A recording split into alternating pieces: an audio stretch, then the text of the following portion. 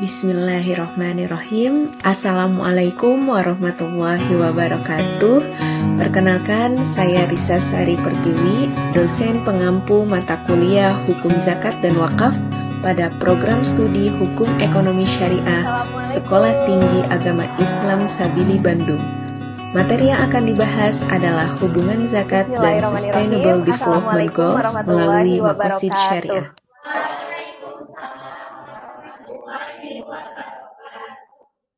Bagaimana kabarnya teman-teman hari ini?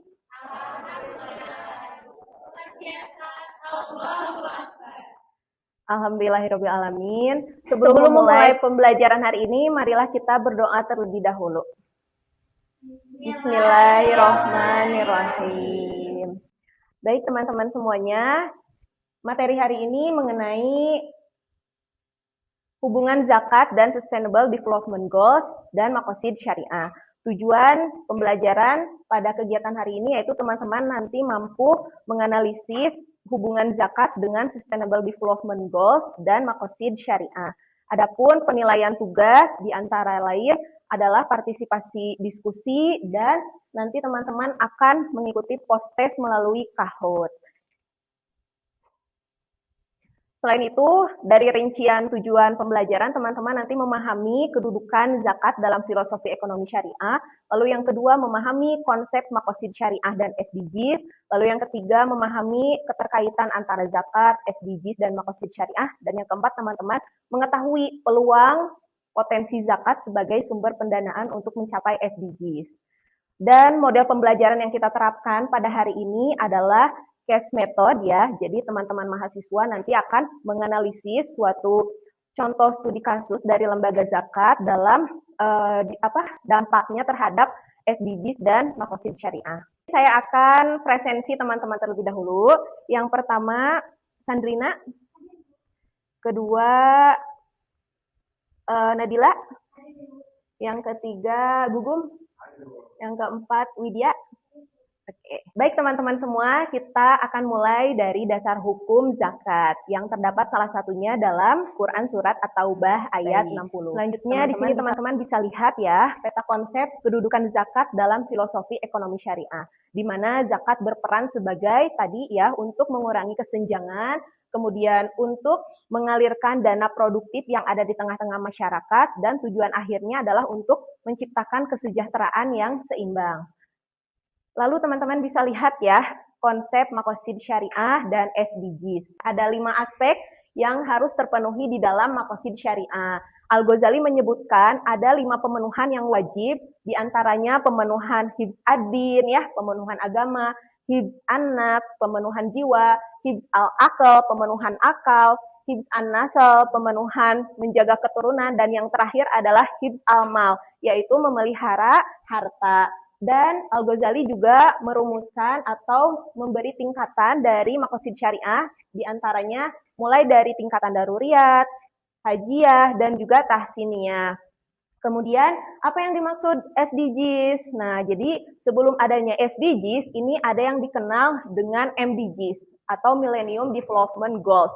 Nah, jadi seluruh dunia ini melalui PBB telah bersepakat untuk mencanangkan tujuan-tujuan yang harus dicapai oleh setiap negara.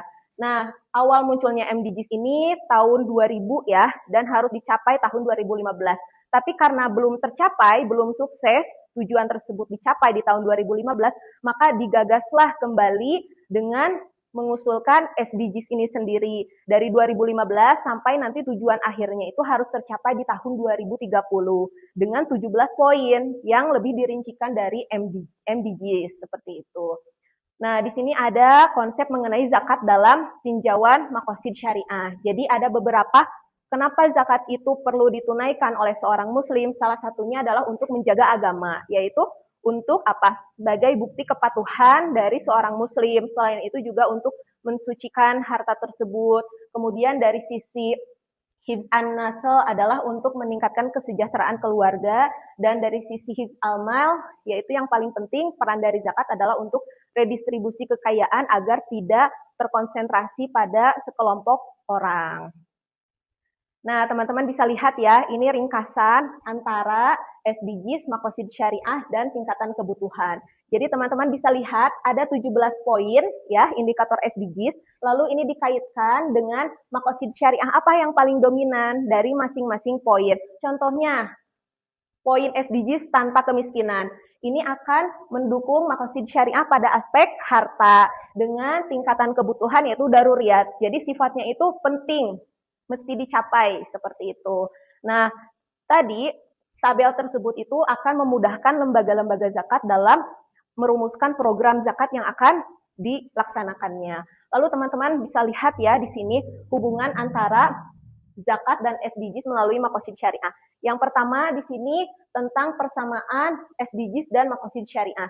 Jadi ada beberapa ulama yang sudah menyampaikan terkait hal ini, di antaranya pendapat Ibnu Qayyim, Al-Ghazali, dan juga Asy-Syaitibi. Mereka berpendapat atau berkesimpulan bahwa selama SDGs itu membawa kepada kemaslahatan, ya, maka itu selaras dengan maqasid syariah. Tapi apabila ada poin yang tidak selaras dengan maqasid syariah, maka itu tidak perlu diimplementasikan. Nah, tapi sebagian besar memang tujuan dari SDGs itu selaras ya, sudah selaras dengan maqasid syariah. Nah, lalu ini ada perbedaan antara SDGs maqasid syariah. Teman-teman bisa perhatikan diagram yang ada di layar ya. Jadi poin penting yang membedakan antara SDGs dan maqasid syariah adalah dalam SDGs itu yang paling dominan adalah kepada aspek harta ya teman-teman. Dan yang paling minim perhatiannya adalah kepada aspek agama ya. Bahkan di dalam SDGs itu tidak disebutkan secara langsung tujuan terhadap agama. Nah makanya ini yang membedakan antara SDGs dan maqasid syariah. Tapi sebagian besar juga tujuan dari SDGs ini sudah selaras dengan maqasid syariah selama tujuan tersebut membawa kepada kemaslahatan. Baik teman-teman semuanya, sebelum masuk ke materi, silakan teman-teman buka aplikasi Mentimeters dengan men-scan barcode yang sudah tertera di layar ya. Saya ingin mengetahui sejauh mana teman-teman mengetahui makna dari kata zakat. Silakan diisi ya dalam waktu 30 detik. Pertanyaannya sangat mudah ya teman-teman. Bagaimana pemahaman teman-teman mengenai makna kata zakat? Hanya menuliskan satu kata saja. Nah, nanti setelah teman-teman men-scan barcode akan muncul seperti ini. Dan ketika teman-teman sudah mengisi katanya, oh ya, ini sudah keluar beberapa kata ya, makna dari zakat itu sendiri. Dan yang paling sering muncul itu adalah makna zakat adalah berkembang, betul ya. Lalu kesejahteraan, keberkahan, lalu zakat juga mencerminkan kepatuhan seseorang, dan lain sebagainya. Oke, selanjutnya di sini teman-teman bisa melihat ya fakta bahwa dari publikasi World Giving Index tahun 2024, ternyata Indonesia menduduki kembali peringkat pertama di dunia sebagai negara yang paling dermawan, teman-teman. Nah, dari fakta ini, teman-teman bisa lihat bahwa dari dana yang dikontribusikan oleh masyarakat Indonesia, ini sebagian besar diperoleh dari dana zakat, seperti itu. Saya ingin tahu dulu tanggapan dari teman-teman ya, setelah melihat fakta dari masyarakat Indonesia. Saya ingin tahu tanggapan teman-teman mengenai data ini. Ada yang ingin memberi tanggapannya? Silakan. Izin bertanya, ada Bu? Ya, silakan, Bu. Terkait dengan zakat, kira-kira Bu bagaimana program-program zakat ini dapat dipetakan terus diselaraskan bukan dengan program SDGs? Baik, menarik sekali ya pertanyaan dari Gugup yang menanyakan bagaimana caranya lembaga zakat bisa menyelaraskan program-program lembaga zakat sehingga bisa selaras dengan tujuan Sustainable Development Goals. Nah, untuk menjawab pertanyaan Gugup, marilah kita pelajari terlebih dahulu konsep-konsep dasarnya. Kalian sudah siap?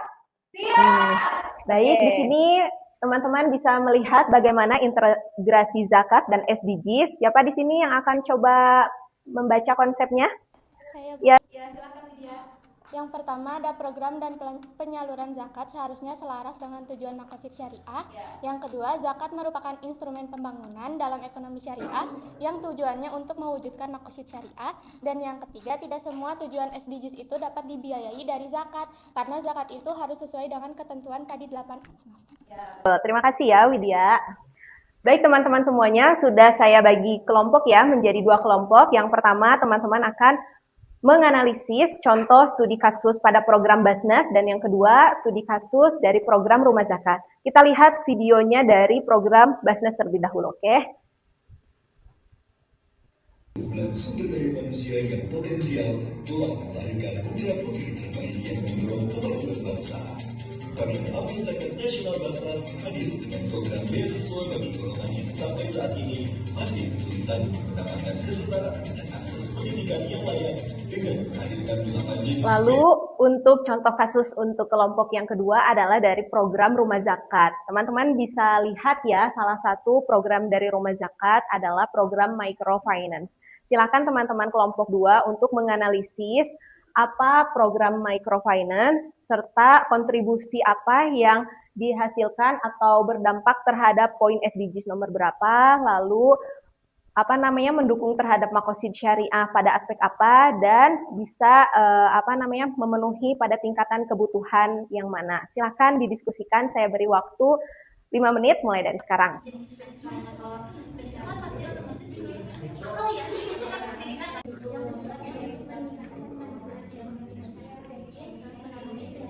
Baik, saya persilahkan untuk kelompok pertama terlebih dahulu menyampaikan analisisnya. Silakan. Tadi ada beberapa program beasiswa pendidikan yang bisa diberikan oleh Basnas, di antaranya adalah beasiswa pendidikan dasar, beasiswa riset Basnas, juga beasiswa SALI, sama beasiswa cendekia. Programnya itu ada di nomor 1, yaitu penguatan kemiskinan. Karena berupaya mengurangi kemiskinan melalui pemberdayaan ekonomi dan peningkatan kesejahteraan masyarakat. Kaitannya dengan makosid syariah itu pada aspek gives alma ya, dan sifatnya itu daruriyah. Oke. Baik, dari hasil analisis teman-teman semua itu sudah tepat ya. Nah, jadi salah satu kontribusi program zakat, contohnya tadi microfinance, itu berdampak terhadap pengentasan kemiskinan. Sebesar 80% sudah keluar dari garis kemiskinan. Jadi pertanyaan tadi dari Gugum yang menanyakan bahwa bagaimana lembaga zakat bisa memetakan program-programnya biar selaras dengan SDGs. Nah, ini ada matriks kodifikasi yang sudah dikeluarkan oleh Basnas. Tujuannya untuk memudahkan lembaga zakat dalam merencanakan dan menyelenggarakan program yang selaras dengan SDGs dan juga makosid syariah. Nanti teman-teman bisa lihat ya satu-satu aspek dari SDGs. Jadi di sini teman-teman bisa mengetahui bahwa zakat bisa berpeluang sebagai instrumen keuangan publik yang membantu pencapaian pembangunan nasional dalam kerangka makosid syariah. Lalu di sini teman-teman bisa lihat ya keterkaitan antara zakat, SDGs, dan juga makosid syariah. Jadi zakat ini bisa mendukung terhadap pencapaian SDGs dan juga tujuan akhirnya kalau di dalam ekonomi Islam adalah untuk mencapai makosid syariah. Kesimpulan yang bisa kita ambil dalam materi hari ini, silakan Raja, boleh tolong disampaikan kesimpulannya apa? Baik, untuk kesimpulan materi pada hari ini itu adalah zakat memiliki banyak dimensi dalam tinjauan makosid syariah, bukan hanya sebagai kewajiban ibadah, tetapi juga sebagai sarana untuk mencapai kesejahteraan yang holistik, Bu. Baik, tepat ya. Itu jadi kesimpulan yang bisa kita ambil dari perkuliahan hari ini. Sebelum menutup perkuliahan hari ini, saya ingin mengukur sejauh mana pemahaman, pengetahuan teman-teman melalui kuis Kahoot. Silakan scan barcode atau ketikkan PIN kodenya melalui website Kahoot ya. Pertanyaannya sederhana dan mudah, yang sudah teman-teman tadi pelajari. Silakan, sudah masuk ya? Oke, sudah masuk. Yang jawabannya tepat dan yang salah beberapa itu hanya sedikit mahasiswa. Saya simpulkan bahwa di sini teman-teman sudah memahami bagaimana hubungan zakat dengan SDGs dan makosid syariah. Sebelum mengakhiri perkuliahan hari ini, marilah kita ucapkan hamdalah dan mengakhiri kifaratul majelis. Alhamdulillahirabbil alamin. Subhanakallahumma wa bihamdika asyhadu an la ilaha illa anta astaghfiruka wa atubu ilaik. Mohon maaf dan terima kasih atas partisipasinya. Wassalamualaikum warahmatullahi wabarakatuh. Waalaikumsalam warahmatullahi wabarakatuh.